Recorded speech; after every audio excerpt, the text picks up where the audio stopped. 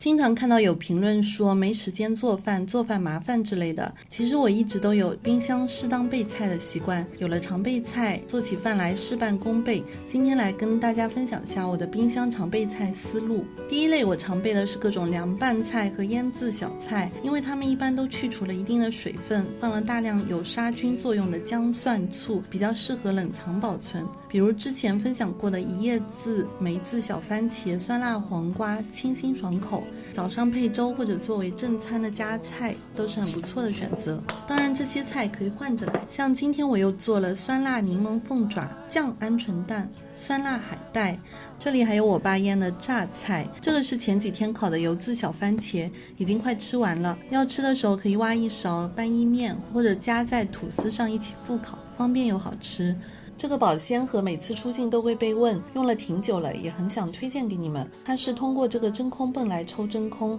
真空泵很小巧，相比普通大块头的真空机用起来更方便。抽过真空后，盒子里面就形成了负压环境，类似罐头的原理，真空状态下想开都开不了，可以最大限度的延长保鲜期，也可以很好的防止串味。像我这罐小番茄放了有半个多月了，还好好的。其他一次吃不完的水果，就算是已经切开的，也可以放这个盒子里真空保存，下次吃也方便。还有这个虾皮也效果明显，之前放在其他普通保鲜盒里的时候，打开一股臭味，用这个真空保鲜盒一点异味都没有，所以我把虾皮全部真空保存了。还有一部分是用它配套的真空袋，真空完就这么点，也很节约空间。虾皮也很适合常备，炒个鸡蛋，煮个紫菜汤放一点，可以提鲜也可以补钙。我还有存老卤的习惯，做卤味又香又方便。老卤的话需要耐腐蚀性和密封性都好的密封罐，这个全套都是高硼硅玻璃材质，所以特别适合用来存放老卤。如果超过1个礼拜不用，也可以直接把它放到冷冻室。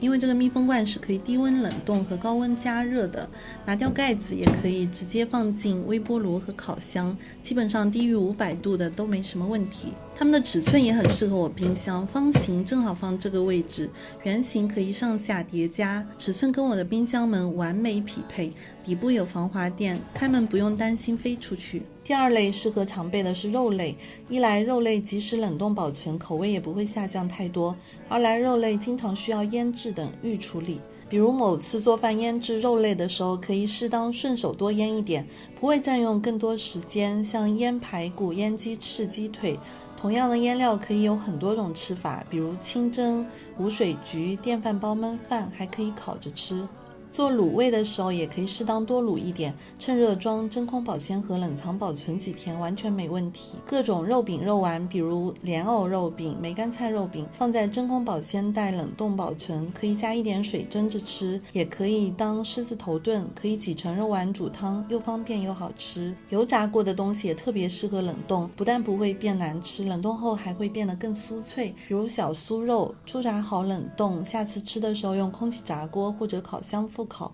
甚至可以用来煮汤，不知道多方便。炸猪排鸡排也很合适，空气炸锅复烤就行。还有风干后的腊肠腊肉，真空后就算是冷藏也可以保存很久，而且口感也没什么变化，我这个放了都有半年了。蔬菜类因为买和做都挺方便的，大部分冷冻后也没那么好吃，所以我一般不会囤太多，除非是一次吃不完的就保存起来。这里推荐大家试试菌菇类，可以把各种菌菇洗干净，擦干水分，混在一起分装冷冻，这样一次就可以吃到好几种菌菇。鲜银耳我也都是分切真空冷冻保存，大大节约空间，味道也不会有影响。这些真空袋都是可以洗一洗重复利用的，也比较环保。好了，其实还有很多菜式可以冰箱备着，这个视频主要是想给大家提供一些思路，那今天就先这样，拜拜。